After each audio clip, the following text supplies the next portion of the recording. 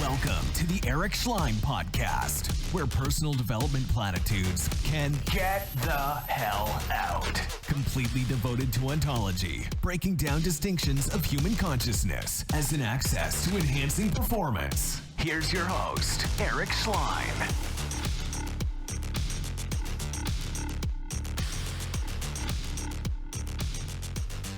Hi, this is Eric Schlein. You're listening to the Eric Schlein Podcast. And today we have on Satyen Raja, who is the founder of Warrior Sage Trainings. Satyen, welcome to the show.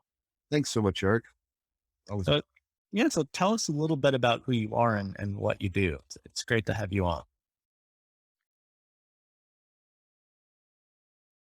I've been an aficionado of human potential and the raising of consciousness since I was young. I started off in martial arts, and that opened the doors to many forms of psychospiritual teachings, immersions, mentorships with wild and crazy teachers from around the world.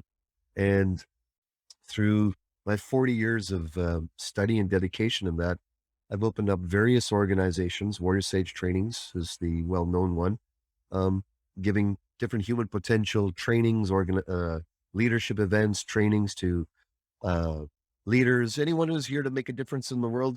We support them to become the best that they can be to do that. And are you working mostly with business owners or people who are working on, at organizations, or what's your focus? Yes. So my particular focus to my own personal mentorship is with business leaders, CEOs, founder CEOs, who are interested in not only growing and expanding their businesses, but aligning their body, mind, spirit, and soul to their deepest calling, their dharma, as we call it in the East, the depth of their being, and helping them come into states of self-realization, self-actualization. And then from that place of being, that depth of center, helping them support their family lives, their relationships, so they come into equilibrium. I've just found, being a serial entrepreneur myself with a spiritual orientation, that there's a lot of imbalance in our world. From my own experience. So when we come into that harmonious centeredness of being, then things go into a whole new way of expression, peace.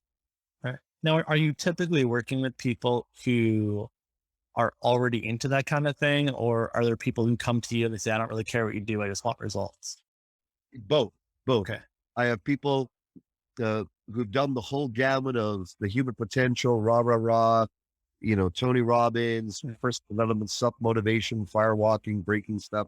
They've come through that and they've mastered, if you will, that state development, that ability to develop that strong, hey, I'm going to make it, crush it, make it happen. Yeah. But I'm, the people who come to me have done that.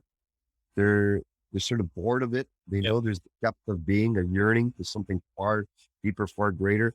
I feel they're coming because part of their soul is being called to initiate the sage with them, to live more from the sage nature, the wisdom nature, the perennial wisdoms of life, which are already within our soul. So I tend to attract those type of individuals. But then I also get folks who just want to grow their business 10x, want to create $1 billion business, grow this, grow that. And they're seeing that the way that they ran how they do things is not giving the returns that they want. So in my work, it's less doctrine experience. It's more giving people the experiences of self-actualization, self-awakening, so they can make up their own mind and experience their own wisdom.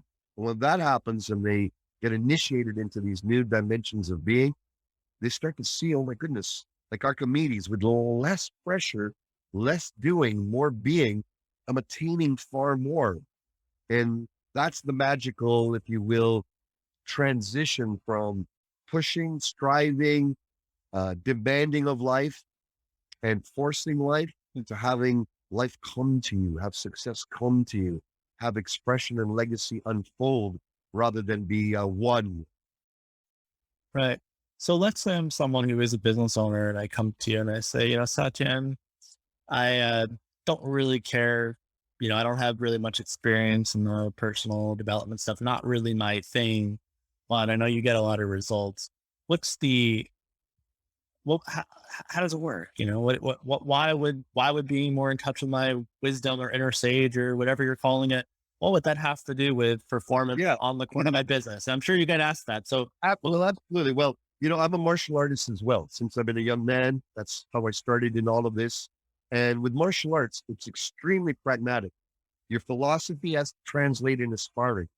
You can be all pie in the sky. You could be all ephemeral. You could be all ascending in your mindset. But if it shows up and you're getting your ass beat, then it's not working. So in the same with business, whatever internal shifts you make, if it's not showing up in the external life, if it's not showing up in your family relationship, then there's no validity to it. So Right. I'm very much a pragmatist. So when I start with folks, I want to find out what sucks. I want to find out where the obstacles are. I want to find out what are the problems in the teams. What are the problems in relationship? What are the problems with health? Where are you out of balance? Where does life suck? Where are you overwhelmed? Where are you stressed out? Where are you having the same repetitive shit going on over and over again? Because those are the entry points to start to heal and start to balance and start to bring wisdom, deeper consciousness into those areas rather than override them. So when we enter those places with courage, with openness, and that's my job, is to help us go into those places with courage, with awareness, and unpack them, because there's deep life lessons in those things. And when those life lessons are not avoided, but faced and learned, then we have a new life that opens up in front of us. Okay. Now, would you say that people who don't have a prior background, do they have an easier time or a harder time working with you? It doesn't matter. Doesn't matter. Okay. Yeah. What's most important is the willingness to have a life of greater freedom, greater love, greater depth, and for the willingness to have, infinite potential, but taking the path of least resistance. That's the pragmatic aspect of it. It's taking and learning how to tap into the path of least resistance, which is activating a deeper flow state, which can only come by doing the inner work. Now, to do inner work, it's a different form of courage to cultivate. It's a different form of vulnerable courage to say, hold on a sec. I'm willing to shift my external reality by feeling into the internal reality. I like to give this example, okay? Imagine we're facing a mirror. Okay. Right now we're seeing each other through the screen, but imagine we're facing a mirror and I bring a comb to my head. All right. And I'm about to groom. In my case, I don't have I'm not sure what you're or whatever. Okay. Those hairs, right? Yeah. So maybe I'm, about to comb my hair, not me, but whatever, right? Or shaving my face. Mhm. Now imagine I got a shaving blade right here, but I want the mirror to start shaving. I want the mirror, the image out there to start combing. Yeah. Well, it's silly to do that because it's not going to happen. You have to shave first for the reflection to appear. In other words, it's got to be done in the inside first for the outside job to change. And if you don't get that by now, you're ending up in a lot more suffering. And when you're willing to get that, not metaphorically, not through some woo-woo, but to get it on the inside, Yeah. and then start aligning your life on the inside, then immediately the results are seen. It's not something that'll happen years from now. The results are seen immediately because I believe this external world is a reflection of our inner terrain. Yeah. And this is not only the final frontier, this has been the perennial frontier the wisdom masters of all the ages have been telling us. So I'm not saying anything new. I'm just being more demanding that we do that now so that we have business reflect the wisdom that we're far behind it. How did you get into doing this professionally? Well, I got into Kung Fu, and Kung Fu has a deep spiritual origin. It has deep Buddhist roots. And in Buddhism, we recognize that much of our suffering is based on attachments to things that we put far more importance on that don't need that much importance. Maybe if we lessen the importance on those things, life will be happier, more smoother. So I started translating the teachings from martial arts into other aspects of life. And because I come from a serial entrepreneur lineage, my father's lineage, serial entrepreneurs going way back. What did they do? Many different forms of businesses. My father's now, a mortgage lender in his 80s. He's a nice retired life. He works from his home. He's he's done super well for himself. But he went through the same struggles himself.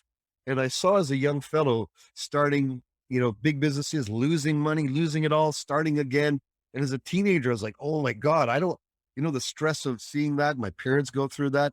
I wanted to find a way which we weren't going down that path again. So the suffering in my life and in my parents' life from having the huge ups and downs in businesses, it inspired me to go deeper into this realm of cracking the code of how us entrepreneurs and business leaders can draw from ancient wisdom and put it into these modern applications.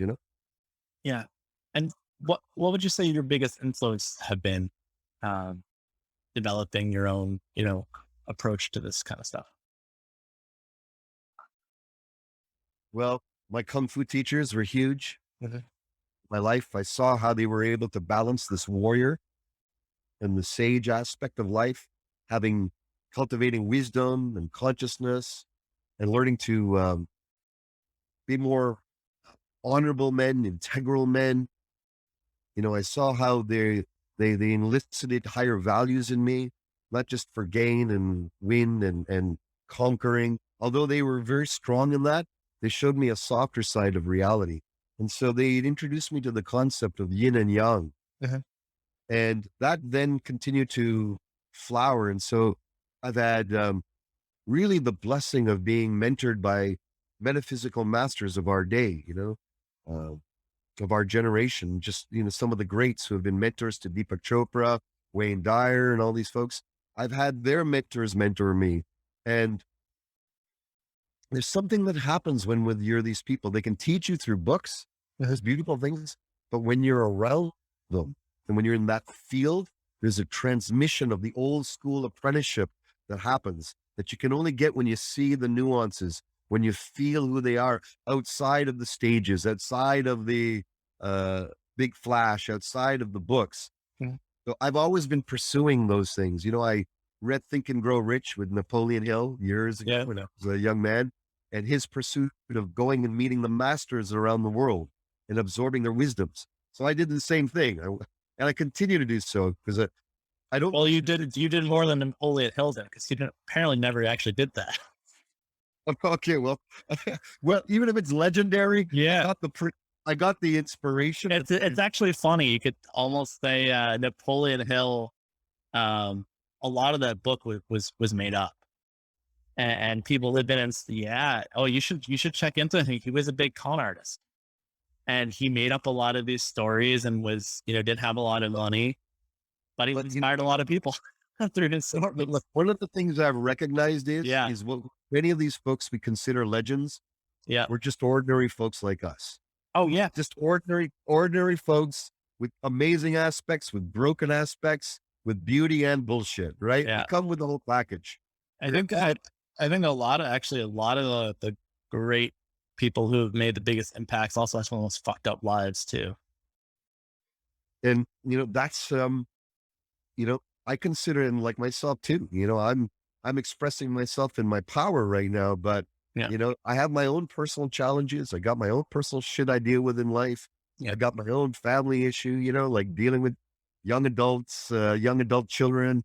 I have a wife of 34 years, Suzanne. And I truly believe, my friend Eric, there's no arrival.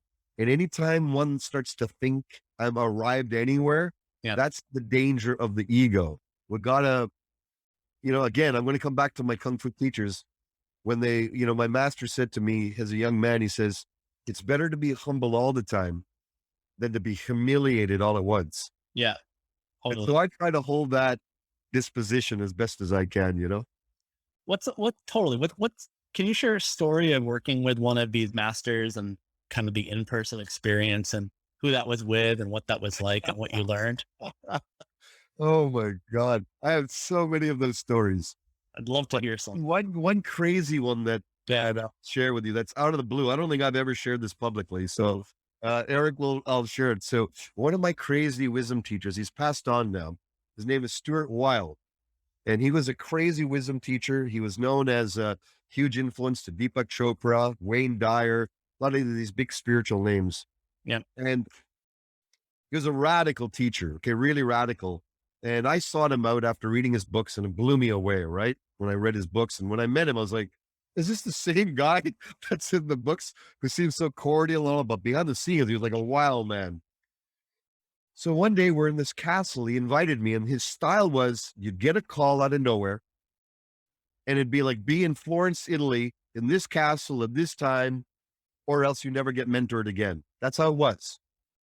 Okay. You'd never get mentored again. He'd never call you again.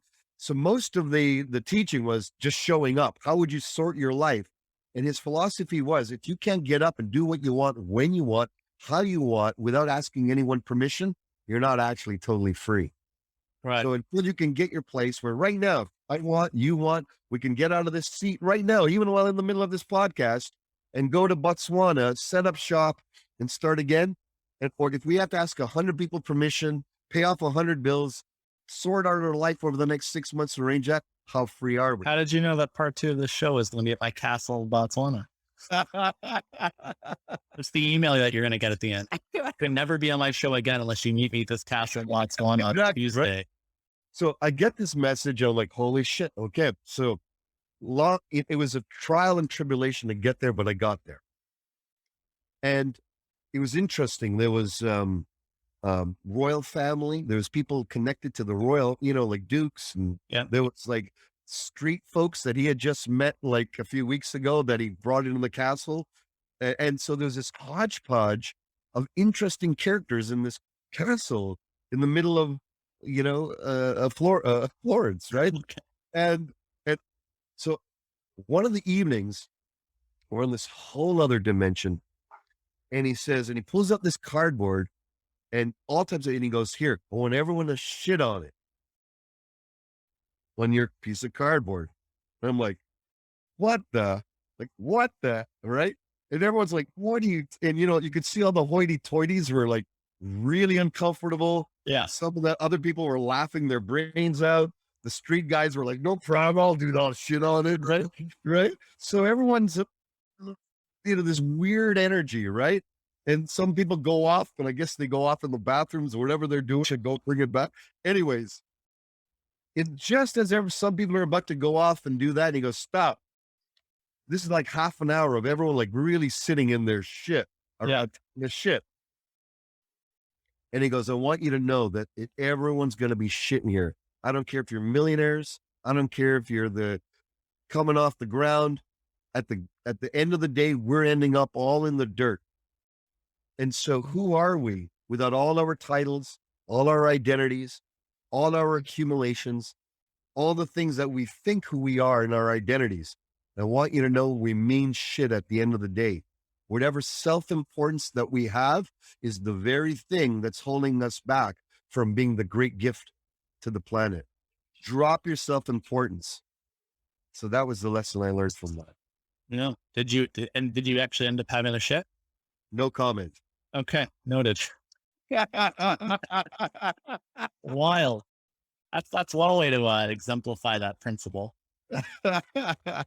It's interesting. The whole essence is the lowering of self-importance. Yeah. Especially as we become more prominent, as us as business leaders become more prominent, more successful, our auras grow, our magnetism grows, our ability to make impact and influence grows, which is awesome, which we need to claim and own and magnify, but in a pure way.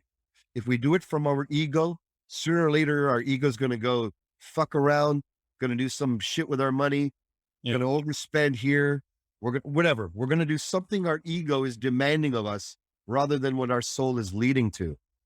Yeah. So what's the process, if there is a process that you use working with, say high level CEOs and business owners to get them out of their own shit? I assume you're not having them take shits on cardboard. What's your access to that? Well, I take them through what I call the path of the warrior sage. Okay. So take them through different aspects of being. The first thing I want to do is I want to analyze what I call the freedoms. The freedoms is something where faith, I want to look at, and the freedom stand, they're the F's, right? Freedom. So faith, where do we stand? How do we believe in ourselves? Do we have any stuff around self-worth? Many of us are driven either by self-depreciation or we're using our ego to inflate ourselves when we have self-worth issues. So I want to look at how do we feel about ourselves, our faith, and then how do we feel about our connectivity to the universe, to the cosmos, to the natural rhythms, natural law. Are we trusting and are we not? So that's one of the areas we dive into. Faith. The other one is family dynamics. What are the unresolved family dynamics that we need to attend to so that we can start having wholeness and love and joy in our family dynamics? We're not carrying on the generational baggage of yesterday. We're having joyful relationships with our partners. We're having sexy, passionate, exciting, evolutionary experiences, and that we're healing our relationships with our parents, whether they're alive or not, with our children, whatever ages that they are. We're moving towards that. So faith, family, finances. As business people, we're driven by finance, by business. We wouldn't be in business unless we love business. We love to grow. We love to make money. We love what money can do. For me, there's one purpose of money, and that's to purchase life experiences. At the end of the day, it's to purchase life experiences. So I'd like to look at how are we doing in our earning? How are we doing with our saving? How are we doing with our spending? How are we doing with our investing? And to bring that into harmony. Usually one of those areas is strong. Perhaps earning is strong, but spending and saving is weak. Perhaps investing is strong. Perhaps earning is weak at one time. So we bring it to an equilibrium. So we're developing a lifetime of balanced wealth creation. Okay. So faith, family, finance, fitness. The body is our temple. The body is our joy. No matter how wealthy we are, if we're not healthy, we're not wealthy. We need to find equilibrium and balance. So I like to work on the fitness dimension of being faith, family, finance, fitness, and then I like to put in fun. Are we enjoying now? Are we smelling the roses now? You know, in my work, I talk about the masculine illusion. The masculine illusion is one day when I've checked off this, and this, then finally I'll be free to have fun. And that's bullshit. You got to have fun now. You got to look at the joy that's available now, because if you keep deferring it, you might end up dead, which is what I've seen. Emotionally dead, psychologically dead, or actually physically dead. Yeah. Interesting. So once I do an analysis and a deep dive and looking at these, then I create a custom path for each individual so that they're moving along, because we're all unique. No one's a cookie cutter. My approach is very dialed in, very intuitive, and very direct. So everyone walks a path that elevates them into the profundity of their power. And how long does that initial, way through those stages, how long does that take typically? Because I come from a dojo mentality, martial art mentality. What do you mean by that? Dojo means it's somewhere a dojo is a place where you train martial arts. What is it? What is a dojo mentality? What does that mean? It means you're coming on a regular basis. You're not coming to have one epiphany. You're not coming for a weekend retreat or a seminar thinking you're going to change your life, or drink some ayahuasca, or drink this, or go for like a week of this. Those are remedy type mindsets. Yeah. But a dojo mindset is I'm coming weekly into a place of sacredness, into a place of centeredness, into a place where I can remove myself from all my doings and have a deep dive in my own personal nature. So I do that every single week. I love that. I think that our culture has moved so much away from that mentality. In the age of the internet, there's all these, here's the life hacks, and here, people are looking for these quick fixes. I think, instant gratification culture. The most humbling part of my journey, I can share with you directly. Yes. 42nd year in martial arts now. I've been trained 42 years, unbroken. And in that 42 years, I have a handful of current mentors still right now that I surround myself with, and, amazing masters. My teacher, Brazilian Jiu-Jitsu 8th degree master, Marcus Suarez. I like, this guy knows his Brazilian Jiu-Jitsu like an encyclopedia, like one of the just brilliant being. But more importantly, he's a great man, a loving father. He treats all of us students as family, not as a master. He never says that I'm a master. It's always by his first name, Marcus. So humble, always deferring respect to his teacher, never aiming to ask for respect for him ever. Yeah. And I'm learning so much. If a man like that can do that, and he's in the dojo, I'm in the dojo, which means by coming to it on a regular basis, you're never in an arrival mindset. You're in, hey, I'm going to stay dialed in. Look, if you're writing with a pencil, we don't use pencils so much anymore, but if we're writing with a pencil, it's going to get dull by its use. Mhm. Yeah. The dullness is not a problem. It's because you've used it. You need to sharpen it. So a dojo mentality is you're using your pencil in life, your intention, your focus, your discipline, your work, and you got to get it sharpened. Yeah. You get it sharpened, you go back out and you write again. In the same way, we sharpen our capacity. And with that mindset, um, achievement happens steadily, not through some great panacea or miracle wave of a wand, you know? I But will, what happens? I was just going to say there's nothing wrong when it does happen, but it's not, I think what I've seen, maybe you've seen similar or different, but I have seen people who they almost chase that experience and then it almost becomes their thing of just chasing experience from experience from experience. And that becomes the roadblock. The more we chase experience, the more we're losing in touch with the true meaning of life, which for You know what I'm talking about, right? The people who, yeah, they need to go to the Tony Robbins thing and then this thing. And if they lose the euphoria that something's wrong, and you go to the next thing. And then 20 years later, that it becomes an addiction. it's the addiction to states, Yeah. right? Because we've lost connection with being. And so we think these amped up states, because there is a euphoria that comes up when you're pumping yourself up. Right. Oh, it's not sustainable. It's not sustainable. How we're running our businesses have brought this world so many. I mean, we've got the greatest miracles and innovations on this planet because of, Right. And we're on Zoom with a computer with a microchip inside. and that's only one of like billions of things that have been created. Right. And we're moving towards the brink of human extinction at the same time in parallel due to the detriments of this mindset. So I believe we can heal that, the detrimental side, by healing and coming into a reckoning with why we're causing it with this addiction for more, for gain, for um, mining and extrapolating and drawing from continuously.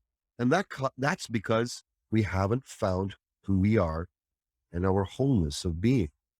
When we do, we're not going to be searching for it outside of ourselves. We're going to be emanating it in a good way rather than clamoring it in an outer way. You think that's why people, when they really get connected to self, there's almost this contribution flowing out of their pores naturally? Do you think that's sort of the source of it, or? It's the natural consequence. Right. Connecting, not only connecting and discovering your true nature, but also then cultivating, aligning your life. And that's what I try to support with my clients, is aligning their life with the self-realization. Because let's say you have this profound self-realization, which happens. Yeah. All my clients, they awaken. But now we notice that much of their life wasn't organized or set up on that mindset and way of being. Totally. So now the real work of adjusting that and reorganizing, reorienting that so it's aligned with who you are now begins. Yeah. So self-realization, actualization is not the end, in my opinion. It's the beginning of the great work. Yeah, totally. And who's best to lead it but us as business leaders on the planet? Because we have the ability to make direct influence on the planet in the most powerful way, more than any other type of group on the planet. And I'm with you on that one for sure. Is there certain industries that you prefer to work with or have more fun working with? No, it's more, I love working with leaders who are resonating with what I'm sharing and are in their own power. They're not looking for a guru. They're not looking for, I don't work with folks who have that type of looking for someone to relieve them of their karmic shit. Yeah. I'm looking for, I'm good with working with fellow warriors and warriors who have walked that path of life and whose soul and evolutionary timing is calling them to live more of the sage and deepen that the sacred walk of life. Love that. What else? What else is there talking about? Is there anything you would hope that I would ask you that you think would open up some interesting conversation that I haven't asked you? Yeah. I like to ask about your work, your background. Let's turn it around. Sure. You. Okay. What's an area and what's a question you have perhaps of me personally as a guide, a leader, as an influencer? What's an area that you would like to have more flow, more fluidity, more joy? Yeah. It's a good question. I mean, this is like a lot of the work that I do. So this is like a thing I'm always looking at for myself. But okay, here's one. When I'm putting things out online, right? Even this podcast, right? And I go in this back and forth balance of, I want people to kind of come to it and listen to it, but I also want to share it and share it with people that I think would appreciate it. And sometimes things really take off and it like flows and I don't know how it happened. And then sometimes I find myself in a state of like, oh, I need to keep promoting this, keep promoting. And I don't really feel good about it. I'm not always at the source of what has, say, a podcast episode sort of percolate throughout a community. And then when it doesn't. So from my experience, everything has ebbs and flows. Yeah. Everything ebbs and flows. There's an attachment that you have, we have, to not the ebb and flow, but to there being a constant growth. Right. That's the addiction. That's the wish. That's the never ending goal. What if you could surrender the importance you have to it continuously spiraling and impacting more and more and driving it to be more and more, impact more and more? What if that very mechanism you could feel inside yourself and you say, you know what? I want to lower, just like you would on a stereo, there's bass and treble. Right. What if you looked at importance as the bass and you dial down the importance on it all so that it would be conveyed in your breath more, conveyed in your being more, that you would look less and less at the ratings, how many people are opening, like truly, and that you would start losing the addiction for seeing, am I growing? Is it going up or down? Right. And you start just lowering the importance on that whole shebang.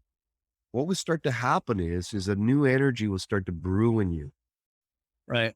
It'll be a calmer energy, a more gentle penetration of being will enter the airways through your expression. And there'll be less of the subconscious mind looking to do things to increase viewership, which paradoxically will bring more people attracted to the deeper being that's emerging, that has relinquished the importance of having to push it. Right.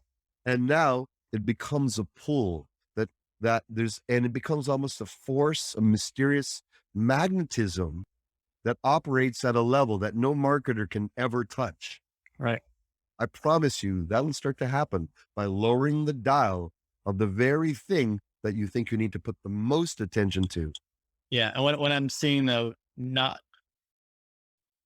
knowing me, this is where I would get stuck. So I'm already saying it, not doing it in order for that to happen. Yeah. And then it just becomes another tactic. Yeah. So that's the point. It's when what I've just shared with you becomes something you're yearning for. Right. And that you feel is actually an initiation to a deeper way of expanding who you are. Because it's really, in my experience, there's no business. There's only the self. Yeah. That's cool. No, that's some great coaching. Thank you. You're welcome. Who are your mentors today? Are you on calls with people? Are you still, surrounding yourself with people that you're taking a look at yourself? Absolutely. In the I Ching, an ancient book of Chinese philosophy, 64 hexagrams of wisdom, it says the superior man or woman who is cloistered in their own white castle or castle in the air is bound to only have their own self-reflection. They're not listening to the wisdom of others. And then therefore their castle will collapse. Yeah. So I surround myself with numerous mentors, but some Anjali Hill has been my mentor for about 30 years. She's been my spiritual teacher and guide. And I like to have that feminine wisdom reflected because I'm very masculine by nature. Yeah. And so I like to balance it with feminine wisdom. I have my Brazilian Jiu-Jitsu master I shared with you, Marcos Suarez. Those are two. I have a handful of other wisdom keepers. Some are well known, some are not. Through the years, Lawrence Noyes, again, one of my other longtime 30 years, has been a mentor of mine. Straight shooter, very awakened, one of the most integral men I've ever met in my integrity to the core. Just who he is teaches me to deepen my integrity. Yeah. So those are some of the three main ones that I'm feeling in this time to share with you. I love that. I love that. For people who are interested in, experiencing some of your work, or talking to you more, if they have any more questions, what's the best way for them to learn more about what you do or get in touch with you? Yeah, you can go to my website, warriorsage.com. And if you're really called and you want to share more, you can email me directly. Okay. Satyen, Satyen at warriorsage.com. But warriorsage.com, that's filled with all types of resources and talks and teachings and downloads that can support anyone on their psychospiritual journey and their evolution as a business leader, as an influencer, as an impact maker. All right, awesome. You said at the beginning that there's, you have Warrior Sage, but there's other things you do. What's recently, what have you been working on? Other projects, initiatives? Wow. Okay. Well, I'm part of an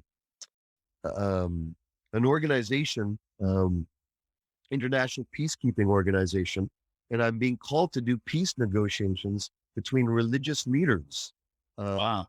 specifically Palestinian and Israeli. So, Which is a big deal right now. there's many initiatives right now that are happening on the political levels of those, but no one's addressing the spiritual dimension of that and the religious conflicts that are there. And my experience is there's so much congruency in these realms that we all share a golden thread of wisdom and truth.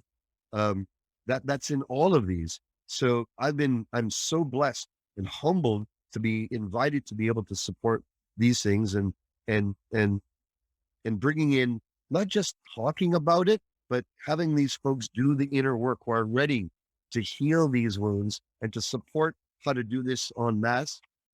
I have one of the other initiatives is one of my other organizations I founded called Accelerating Evolution Academy. All the methods that I have learned and distilled and synthesized over the years, we've trained a team of amazing facilitators, of physicians, professors of psychology, world-class human potential leaders, and they train other leaders in these methods to accelerate consciousness very rapidly. So that's a very powerful project that's taken off and I'm very proud of. Just want to go back to the Israeli-Palestinian things. I mean, how's that been going? The work you've been doing for that? It's tough. It's tough. There's so much money going into, of course, the militarization and military industrial, that whole realm for good reason. We've needed it for all these years. I'm not against any of that. I'm not a scourge. I think if we didn't have that, we wouldn't have the protections that we wanted. Yeah. World. It's all good. Hold on 1 second. Yeah, sure.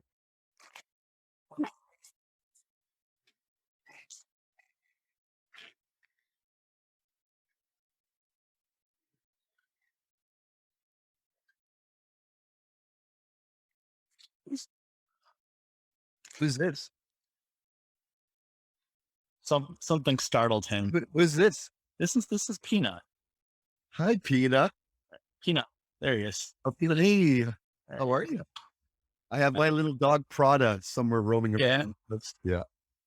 So you were saying, I was yeah, saying there's so much investment going into those realms. And the tough thing is to get these type of leaders together.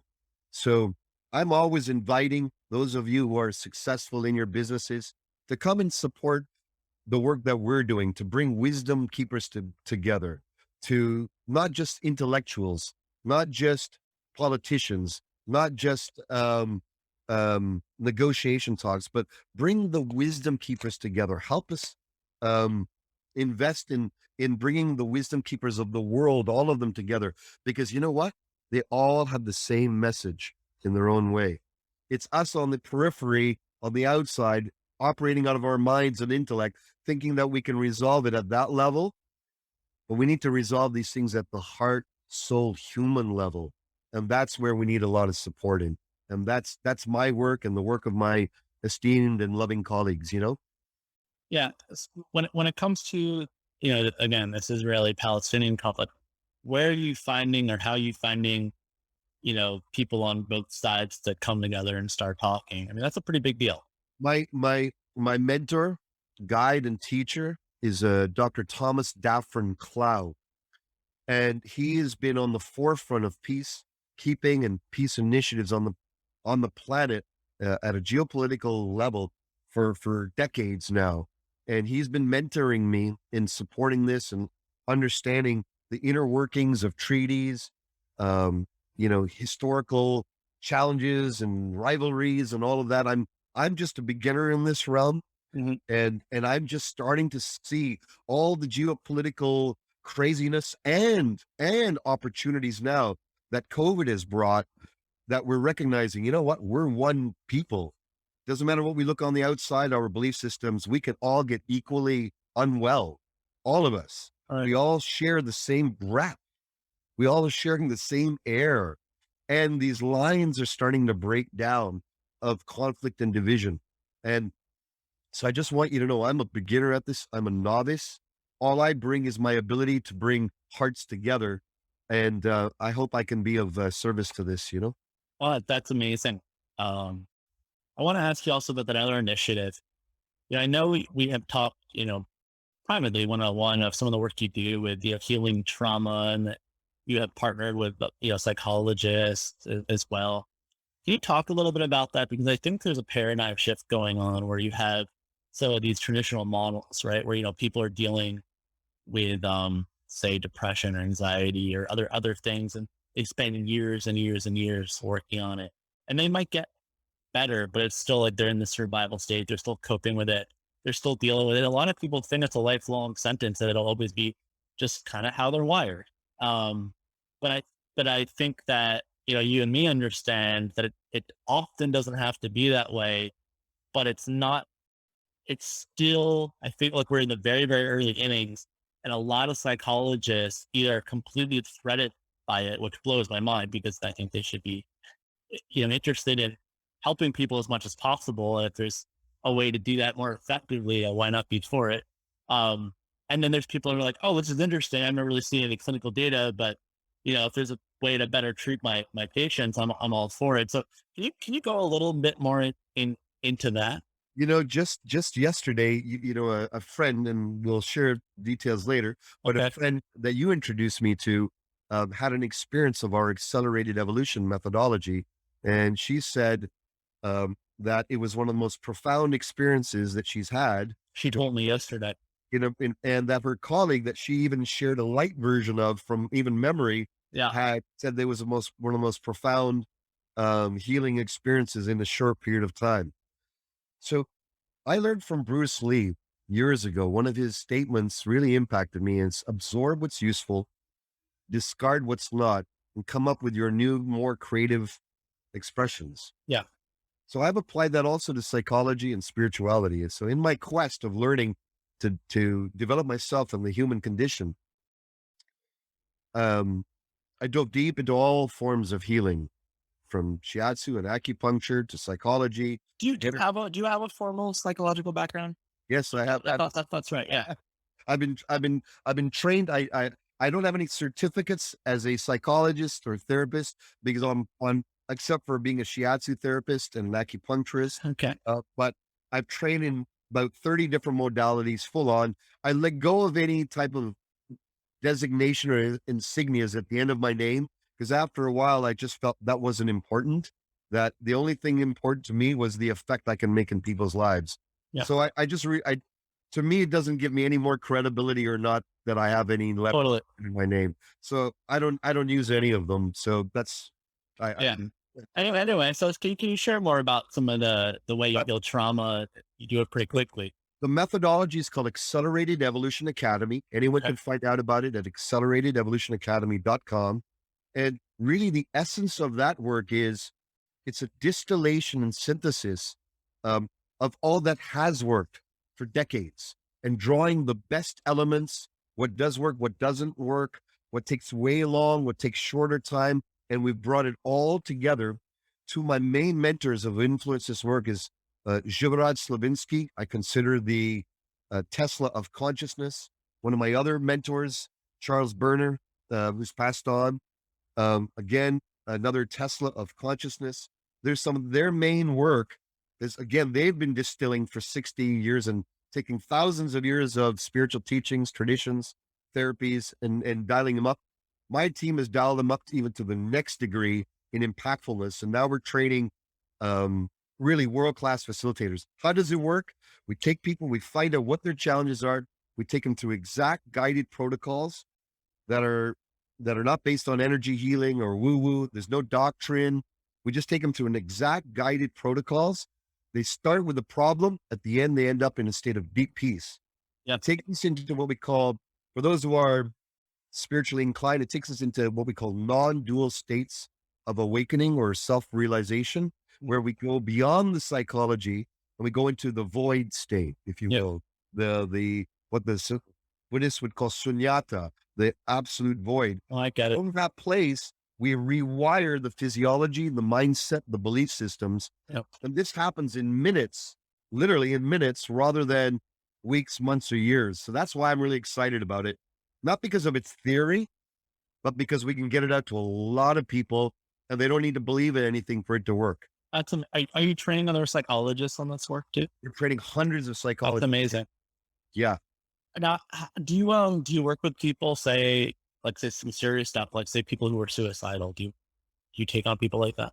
I personally don't. Those within my organization, our main like physicians who are well trained in it, and trauma physicians. Yeah. And those who are well skilled in traditional models and modes to do that, because that needs more specialized training. Yeah, I was gonna say you don't want to get someone in a space where all of a sudden they get empowered to kill themselves before they let go of the identity that they're suicidal. Absolutely. Yeah. No, it's really interesting. What about people with, say, like OCD and compulsions? Do you feel like that helps? That's another. So there, I'm funny. I have a cousin of mine who's a therapist, and he has some contacts with OCD organization, and they're always looking because they're always looking for ways to have breakthroughs around that. So I'm wondering if that could. Absolutely. One of the principles in that is called paradoxical intention. Okay, say more about that. Yeah, the more you exaggerate the obsession, the more it dissolves. So if you tell a person who has some, washing hands and they're doing it 10 times while they're doing it, get them to do it 50 times. Yeah. And have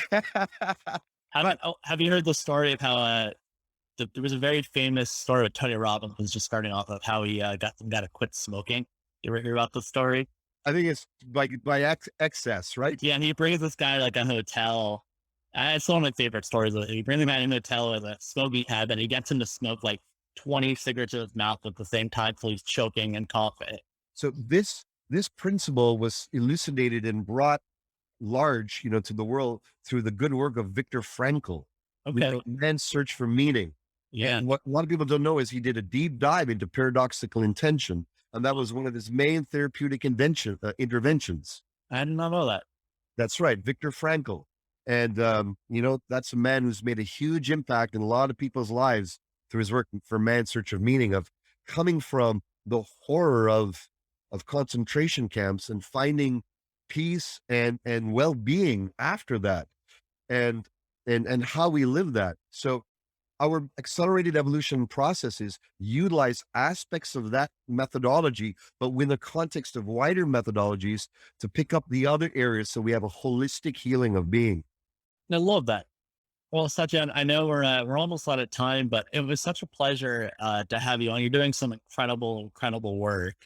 Um, please keep us updated on what you're up to, and we'll put all the links and resources that you have in the show notes as well for You listeners. know what? It's been a absolute joy. I really appreciate your openness, your inquiry, and the joy that we share with each other. Thank you. Likewise, my pleasure. All right, have a good one, man. Thank you. All right, take care. See ya.